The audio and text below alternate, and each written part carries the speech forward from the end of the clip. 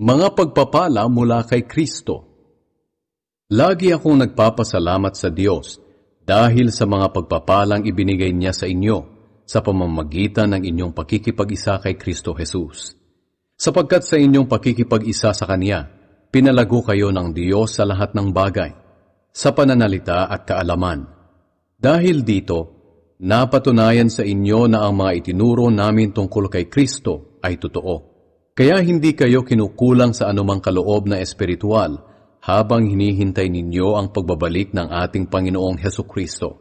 Pananatilihin niya kayong matatag sa pananampalataya hanggang sa katapusan upang kayo'y maging walang kapintasan sa araw ng kanyang pagdating.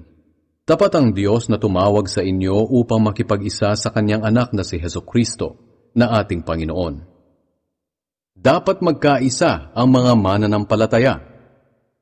Mga kapatid,